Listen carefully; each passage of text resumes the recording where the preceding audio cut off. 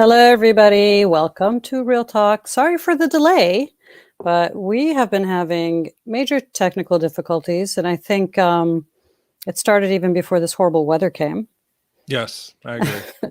So Right. I do have to say, I feel for all the teachers out there. Mm-hmm. Okay, for those who have to do virtual learning, who have to sit here and try to figure these things out. So I feel for you.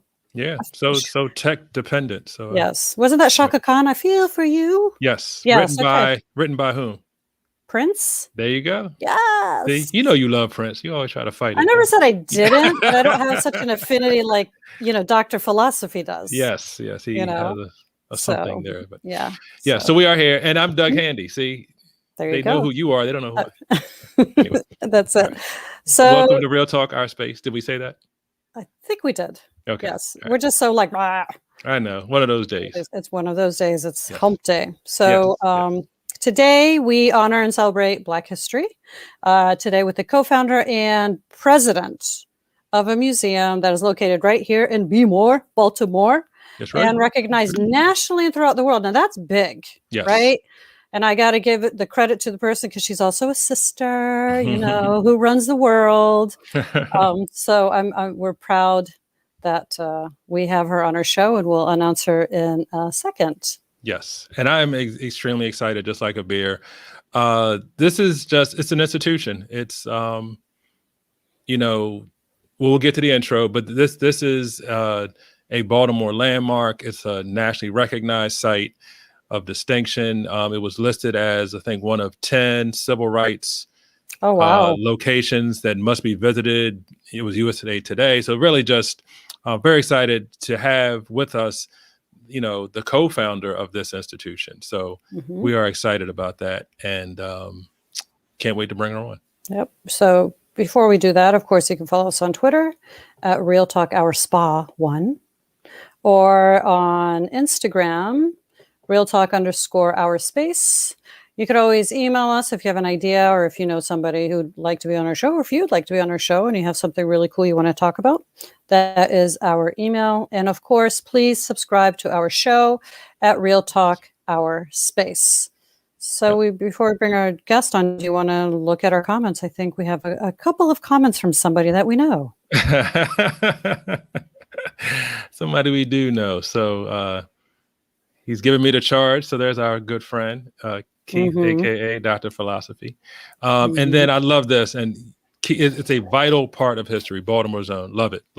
Couldn't say it Right. better myself. So want to thank Keith for being with us this evening, and he's certainly set the tone for what we have in store for this evening. So with no further ado, we will bring on our guest. But first, an introduction. She is Dr. Joanne M. Martin, the co-founder and president of America's first wax museum of African American history, the National Great Blacks in Wax Museum Incorporated, located right here in Baltimore, Maryland. Dr. Martin is one of two children born in Yulee, Florida, to Mr. and Mrs. Jerry Mitchell.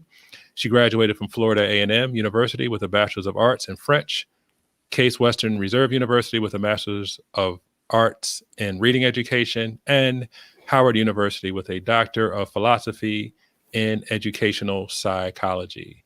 So it is our pleasure to welcome Dr. Joanne Martin to Real Talk Our Space. Dr. Martin. As they say, Dr. Martin, H-U, presenting, right? That's how they always do it. Thank you for being on our show tonight. Thank you very much. I appreciate the honor. I love it. I love it. The honor is ours. We are Yes, certainly honored. absolutely.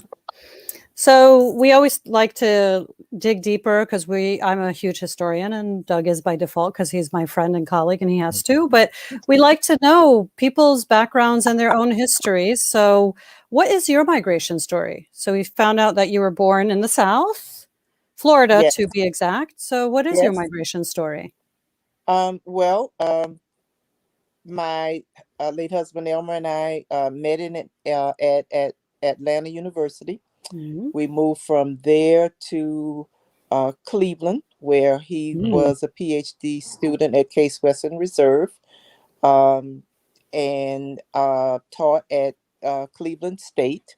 After his PhD, he was offered a job at Morgan State Nice. University, and so that's what brought us here to Baltimore, where we've been since around the 80s.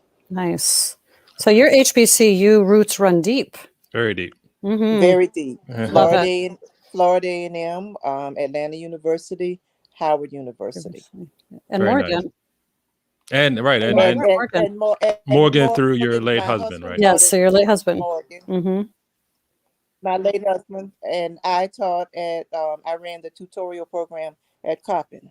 At Coppin State, right? Yes. There you go. Oh my goodness, look at that. That's I know. That's awesome. Yes, love the HBCUs. So, Dr. Martin, I am a graduate of North Carolina A&T State University. So, Aggie pride. There's my Aggie. Oh yeah. All right. Oh, the MEAC, our MEAC friends. We love them. All right.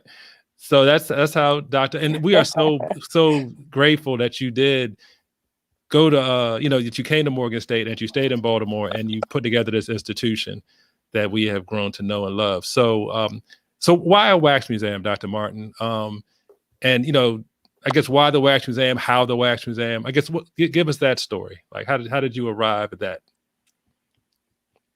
Well, a combination of things. My husband at Morgan, in the Department of Social Work and Mental Health, his students this was the 80s, and his students were complaining about all that Black stuff, that it wasn't going to get you a job. They weren't going to let you wear your dashiki and your F part of it. My husband sponsored and started a little league baseball team of Baltimore City children. He had ID pictures taken of them to play in the league, and one of the kids came angry, asking, demanding that he make the photographer take the picture over, saying, and they got me too Black in this picture. Oh. And we were the generation that declared ourselves Black, that That's right. rejected the notion of Negro and colored because that was a term someone else laid on us. And so we talked about our Blackness and embracing that, and Black is not a color but a state of mind, and Black and beautiful, and all of that. And here this kid is, the students are saying, career wise it's possible to be too Black. And then this kid, and 2 generations over from the college students almost, is saying that physically it's possible to be too Black. Wow. And Elmer said Elmer, who was very much a product of the Black consciousness, Black power movement, said that he sat in his office in between classes just asking himself, how did we get back to this point, and how did we get back to this point so quickly? And he said at the end of this very painful process, he said we failed to institutionalize our history, to build institutions designed solely for the purpose of preserving our history and culture, and failing that, every generation was going to have to start from scratch, because we weren't the first generations to declare ourselves Black. Marcus Garvey did. And we named our churches African. So we were very much in tune with that aspect of our history and culture. But here we are, and were, with a kid saying they got me too Black in this picture. So out of that eventually came the idea of the museum. We had visited Potter's Wax Museum in St. Augustine, and we really just embraced the idea of the wax figures. There weren't any Black figures there, but the notion of, for me, putting a face on history, for a history that's been faceless, and that's what those wax figures do, and they make the history um, reach out and touch type history. So that is what brought us to this whole idea of a wax museum. Wow, it's I like how you said, put a face on the faceless history. Yes. I mean, that is, I think, very, very important. So there's a picture of the actual museum. So was it an old firehouse, Dr. Martin? It was, and those doors that you see, we had to bring in our elephant and the horse and so forth, and then close in the double doors. But Okay. it was a firehouse. It's a beautiful museum. Like the It is. architecture is just absolutely, absolutely gorgeous. I mean, I love it. So, what are some of the exhibits? If somebody were to go, what are some of the exhibits that visitors will see? And we have some of the pictures as well. Well, we tell over 5,000 years of history, Mm, starting in ancient Mhm. Africa. And so the two exhibits that people are going to talk about long after their visit to the museum will be the slave ship exhibit and the lynching Mhm. mm, exhibit. Uh, Mhm. for Elmer, we had an exhibit on the slave ship that you looked into, and the staff and we were just very pleased with it. And Elmer complained about it all the time. And was our visionary. M- Much of what he came out of that big brain of his is still what the museum is, but he kept complaining about the slave ship, that he didn't want a slave ship that we looked into. He wanted mm, us not to be Mm. observers, but participants. He wanted us to be surrounded by that experience. Even the idea of going down into the slave ship and the sounds and so forth, that we were participants again, not observers. And so mhm, that's what that exhibit that we were looking into that was very powerful for the rest of us.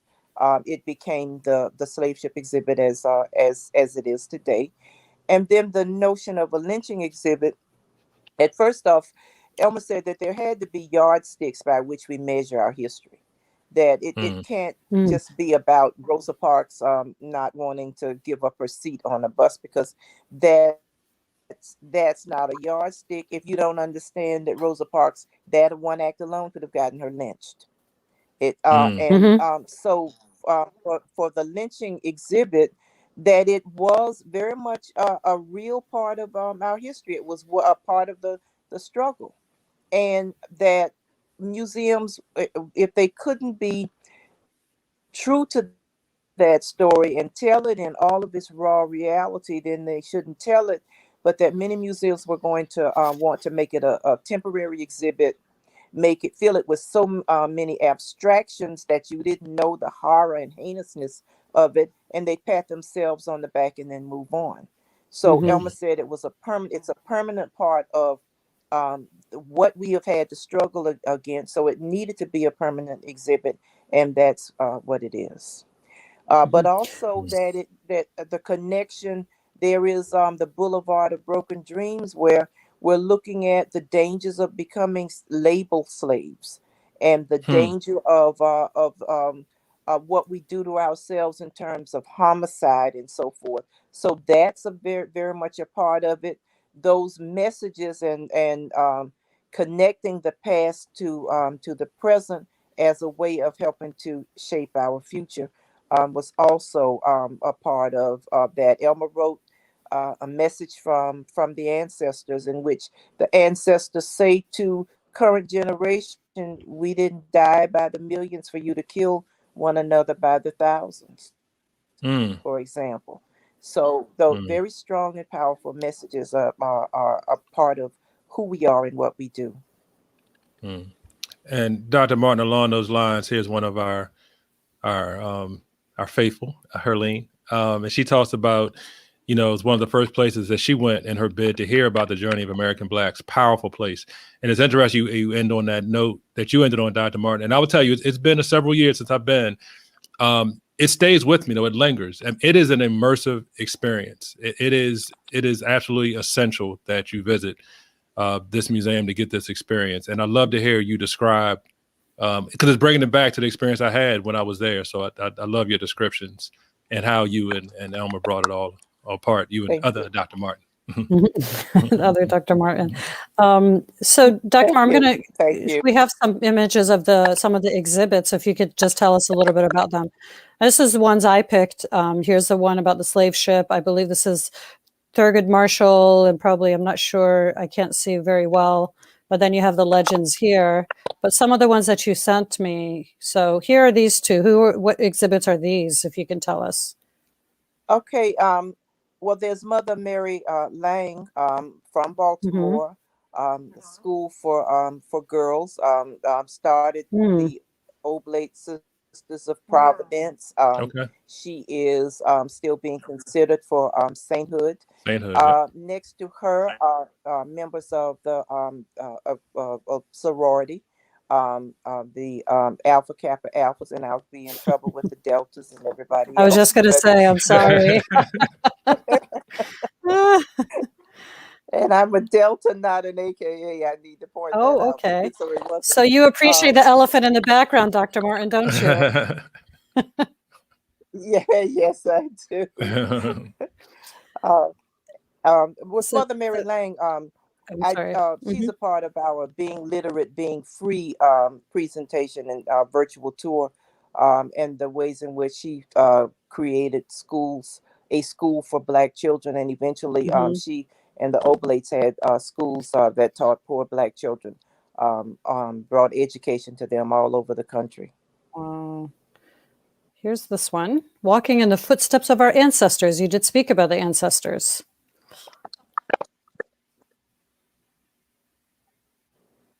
And this exhibit is walking in the footsteps of the ancestors. And so we have the exhibit is about there is a figure of former President Barack Obama, Hmm. and so we're saying that these people that you're looking at laid the foundation for him. He walks in their footsteps because Mm. these were people who served in government, in Congress. And very much the ones who helped clear the path for him. And within that Mhm. exhibit, within that room, then we have Thaddeus Stevens Mm. and Charles Sumner. They were white. Thaddeus Stevens was a congressman. Hmm. Charles Sumner was a senator. Charles Thaddeus Stevens, they fought to get passage of the 13th, 14th, and 15th Amendment to the Constitution. Thaddeus Stevens was the one who created public education for the newly freed slaves Hmm. and free people who had lived in slavery. Charles Sumner was beaten to the floor of Congress Hmm. because of his fight against slavery and his fight to pass legislation for the newly freed enslaved people. Mm. Looking at the ways in which those kind of people paved the way for President Barack Obama. Oh, well said. Wow. Very nice. And then last one, I think everybody knows. So that's Frederick Douglass and Harriet Tubman. Frederick Douglass and Sojourner Truth. I wanted a Oh, Sojourner darn Truth. it. Yeah, yes, yes. Sorry. Um, and I two of the worst figures that we have in the museum are not those they're great figures, but are the two that I had to guide the process after Elmer died. Because Mm. Elmer was, as I said, our visionary, but he was also the artist. And Hmm. Okay. Frederick Douglass for me represents my growth and evolution. Mm. Huh. And because I guided the process of creating that Frederick Douglass, I knew that he was going to be in a scene with Sojourner Truth, so I wanted it to be two dimensional. So I wanted him seated. I wanted Got him it. with the big hair because that hair Hmm. Mhm. says agitate, agitate, agitate, and the fiery Yes. brand that he was. But also the being literate, being free notion, because he would listen as his slave mistress taught her son Hmm. to read, and she invited him to come in and participate, which was a criminal offense. She could have been Right. jailed and fined. He could have been killed. And so just those ideas that being literate meant freedom, and that there were people willing to take that risk to gain that freedom that comes from education. Hmm. Mm. I'm bummed that I didn't get that. It was Sojourner Truth. know. Ain't I was I gonna a guess woman? it. Well, for one thing, Got it. Elmer and I chose to not put her in the bonnet. You know, that's the picture that you Mm, see all the that's one, time, and right? sometimes people don't Ah, recognize right. her without that bonnet. But I'm Hmm. sure Hmm. she, Right. there were Well, I times also went with when Frederick she Douglass and did not don a bonnet. right. Yeah, that's a good point. I'm sorry. That's the famous image of her. But I was just putting the connection of Frederick Douglass and Harriet Tubman at the same time period. They all three were, but like those two kind of were doing that work together for the abolitionists. So that's just where my brain took me. And my apologies. So Yes, yes, I um, understand. Yep. And we have some yeah, comments. yes. So Hmm. here's Amber saying we need to dig deeper and build a solid foundation when teaching this history. And Dr. Martin, she was sharing that when you were talking about how the approach you and Dr. Martin took, and in setting up the slave ship exhibit, and actually Hmm. going deep, and the power of the exhibit. And then I love this comment too, because it's one of your fellow students, right, Abir? It's my Joshua? student. Yes, Yes, your Joshua. students. So Joshua he's going this summer. So you're going to have a visitor this summer. We know you have more than one, but Great, great. Joshua is ready to Love it. visit this summer. So we're excited about that. I love Uh, it. yep. Hmm. So Dr. Martin, we know you're very well Thank traveled. you, You Joshua. there you go, Joshua. You got your personal invitation from Dr. Martin. She'll be looking for you when you visit. So in all your travels with you and Dr. Elmer Martin, how have those, the travels, the publications that you've produced, how have they influenced the museum exhibits and vice versa? Well, for one thing, when we went to Spain and to France, um, um, just the notion of people having a sense of their place in history, Mm, and Hmm. that was something that uh, people of African descent had been denied. And so the museum, as Elmer and I thought about the monuments to Franco. I mean, he was a dictator, but Hmm. there were these Hmm. tremendous monuments to him, and everywhere you walked, it was like in France, Napoleon walked here, and so that whole sense of that you can take ownership of your history, and that no one is taking that away from you, or that your sense of pride comes from this idea of having a place in history. And mm, so that was a part of what motivated us, for that the only way you can claim your place in history is to know your place in history, that you have history and legacy and traditions, and you've made contributions, and to not allow anyone to deny that, and to take Hmm. that away from you. And that's what the museum for me represents as well. excellent, excellent. Um, Truly an institution. Look at it. I think you got a beer and deep thought over that there, reminds me of famous who was I do. I'm like, well, it reminds me of the quote from James Zilby from the Arab American Institute, who said, "Are we organized enough to define ourselves, or will we have others define us?" Right. Mm, And so I think that's the whole concept of history: is who's going to write it for us, and are we going to allow them to write it? So what you've done is you've created that space that says this is who we are. And your comparison to like Franco, yeah, you have these dictators and all these people who are not worthy of a museum, but yet you put a place of people who are definitely worthy of a museum. So those are very valid points. Hmm. absolutely. And here's our Hi, friend, Jody. colleague, Jody. Hey, Jody. Hmm. So what a question. What is my place in history? It's a question to ponder, right? It was for you to ponder then, Dr. Martin, as you all traveled. It's for us to ponder every day, right? What is my place in history and how will I claim it? Right. So this, like I said, this is, and I Hmm. keep saying this, folks, but this is an institution. It is a place to inspire. And Dr. Martin, the story behind it is just so exciting. And then Joshua said he hopes Hmm. he meets you when he visits. So um, Well, tell him to shoot me an email. You can go online and find my email address and let me know he's coming, and I will come and meet him. And we have Absolutely. a tour guide training program with young people 14 to about 20, and so He can also let our children do their thing and take him through the museum. And for any of your guests, if they let us know, because our children are amazing. They really are. Oh, Excellent. that's Excellent. awesome. We will spread the So, word. I think Keith had a question as well, Doug. And I He don't did. mean our children meaning biological children, but the children in our programs are just Right. really amazing. Yes. Right. Yep. So we did have this question from Keith. He wanted to know, how did you select the location for the museum and explain the role of the museum to the neighborhood in which it's located?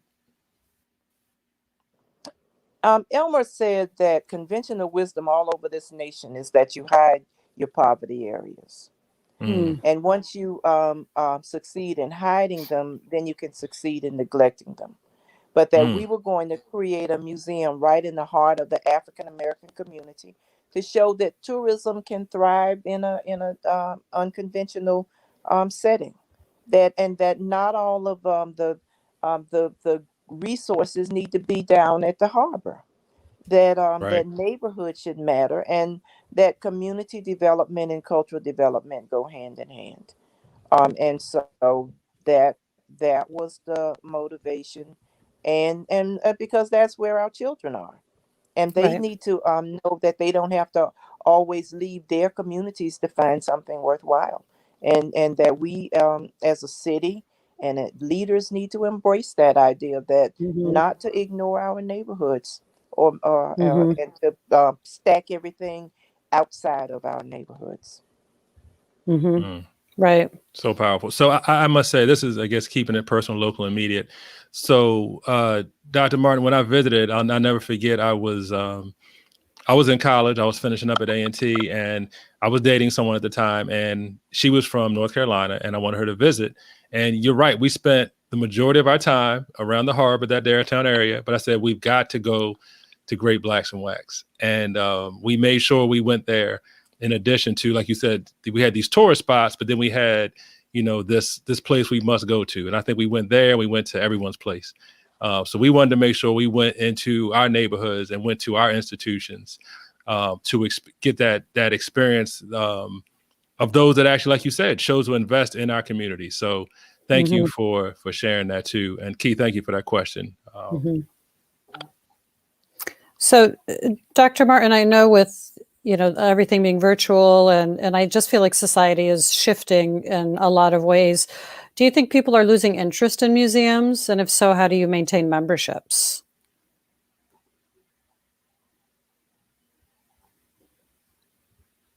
Did we lose her? I hope not. Dr. Martin, you still with us? Oh, there she Okay, is. here she goes. Thank Okay. you.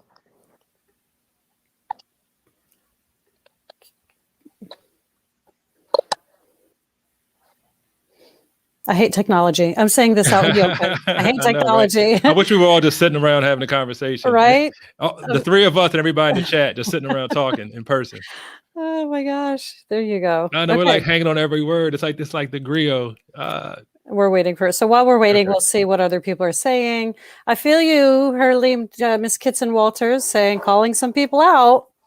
And equity felt Black history curriculum was a little lame. Well, I don't even think that it should be just history. I think, talking about culturally responsive education, it has to be in everything. It's not just, February is Black History Month. It has to be in everything in order for people to understand that our history is nothing without Black history, period. Right? Full stop, as they say. Right. So right. I think we'll have to try to bring her back on. Yeah, I'm going to try to bring her back. I think a couple of the comments. Yeah, there you go. There you go, Trevor. My colleague Trevor. Yeah. I can hear him saying this. Wow, just wow. Defying that notion of a city to hide its poor. Bravo. Isn't that great? I think that's phenomenal. That is totally phenomenal. Right. But what you say, once you hide your areas of poverty, you can neglect those areas of poverty. So, again, acting like they're invisible, unseen. All right. So let's say, fingers crossed, Dr. Martin. She's not there anymore. Okay. So we're hoping that Dr. Martin can rejoin us, because I know I'm hanging on her every word here. It's like you said, it's just getting the history, the wisdom, the perspective. It's life affirming, Right. So to answer this question, there is. So I'm actually going to bring up the website. Okay. And we can take a look at it. Yep. Yep. And I think that would be a great way for people to navigate it. And so let's share.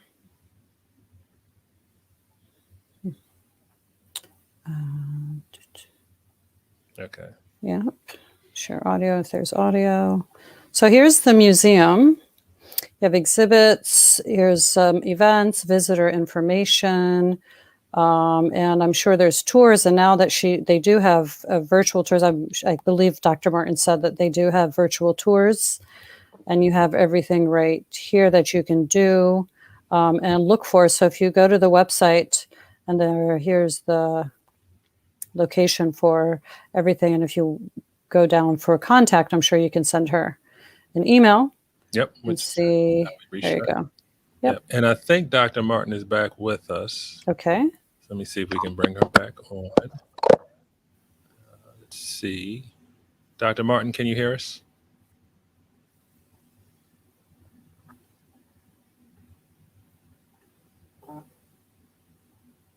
We see her. Yes, we see Dr. Martin. We just need to hear her. Right. So, Amber, the question is, I believe, yes. Just go to the website and you can get a virtual field trip for that. And Herlene, I don't know. That's a good question. I know, looking at that. I'm afraid none. But there's certainly, we could, I will do some follow-up. I'll see if we can forge some things. Yes. All right. And she's still frozen. Yeah, I think we're still having a few technical difficulties. Please visit. Can you ask if there are plans for expansion? Well, yes. We would like to. Yes. So that is. I think we're losing her. So I think we'll just wait a couple more minutes. If not, we'll just wrap it up. Yep. So I'm gonna do and that. what we can do is we can definitely record the rest of it and put it on for everybody else to see. I think that would be better. Right. I just want to go to the last comment by Trevor. I just learned about James W.C. Pennington. Dr. Martin's work reminds us that we should honor and celebrate the history of different people written by those very people. And I mean, what better way to learn them from the people themselves, right? That's right. Let people tell their stories. We talked about authors in January, spoke about that. Let people tell their own stories. Right. It's essential, right? Absolutely. And you get to define yourself. You speak for yourself. You speak your truth. So, as Abir stated, I think we're going to start to wind down a little bit. We do have a few more questions for Dr. Martin. So Keith, expansion was part of what we wanted to talk about. What was in the future, 5 years out for the museum. So it's just great. I'm loving the energy between us and our colleagues and our audience today. So unfortunately, we are having a few technical difficulties. So we'll try to get a few more bits of wisdom and insight from Dr. Martin that we can share with all our RTOS family. Yes. So in the meantime, again, that's the website that you can go to, greatblacksandwax.org. And again, either follow us on Twitter. That's where we have most of our information. It's easier. Instagram, our email, and of course our YouTube. And once that loads, if you subscribe to our show, when anything uploads, you get an email that says we have a new show. So once we can get this up, you'll definitely be notified. And we appreciate everybody tuning in during this difficult time. Not a lot of fun. So we'll close it off by saying next. Well, we're not going to pick up until what? March 3rd. March 3rd. We'll be back. Yep. Here we go. And we will welcome spring and discuss the Indian farmers' protest against the Indian government. So a friend of mine brought it to my attention and was actually asked if we could discuss it. And we will be discussing this March 3rd about the protests that are happening in India, what's going on from the government. And this isn't just one particular group. He said they're Sikh, they're Muslim, they're Hindu, they're, pretty much all farmers right there are being mistreated. So we are going to we're going to bring attention to that. And so hopefully you will tune in for that. And as always, our music. It's by Corey Carter. So we appreciate you, Corey, for giving us the musical accompaniment that brings us in and takes us out on every episode. So check out Corey on Twitter. He is at Mr. Carter Teach. And we are going to let him take us out of here and Yes. see everyone on March 3rd, right? Yes. All right. Have a good night, everybody. Take See you care. later, Good night, Doug. everyone. Bye.